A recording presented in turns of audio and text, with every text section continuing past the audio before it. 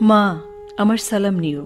অনেক পাহাড় পর্বত নদী প্রান্তর পেরিয়ে সমস্ত বাধা অতিক্রম করে তোমার ছেলে তার অনেক আকাঙ্ক্ষার শেষ ঠিকানা আজ খুঁজে পেয়েছে। হ্যাঁ মা, আমি পৌঁছে গেছি আমার ইচ্ছার কেন্দ্রবিন্দুতে। নিজেকে এবার প্রস্তুত করব প্রতিশোধ নেওয়ার এক বিশাল শক্তি হিসেবে। আমার প্রতিশ্রুতি আমি কখনো ভুলব না। ওদের উপযুক্ত জবাব আমাদের দিতেই হবে। মা, তুমি এই মুহূর্তে আমাকে দেখলে চিনতে পারবে না। বিশাল বাবরি চুল, মুখ ভর্তি দাড়ি গোঁফ।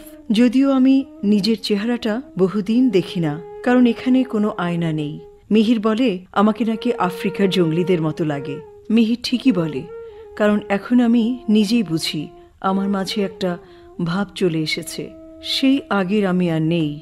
তোমার মনে আছে মা, মুরগি জবাই করা আমি দেখতে পারতাম না, আর সেই আমি আজ রক্তের নদীতে সাঁতার কাটি। খাওয়া দাওয়ার কথা বলে লাভ নেই মা, দুঃখ পাবে। তবে বেঁচে আছি ও খুব ভালো আছি।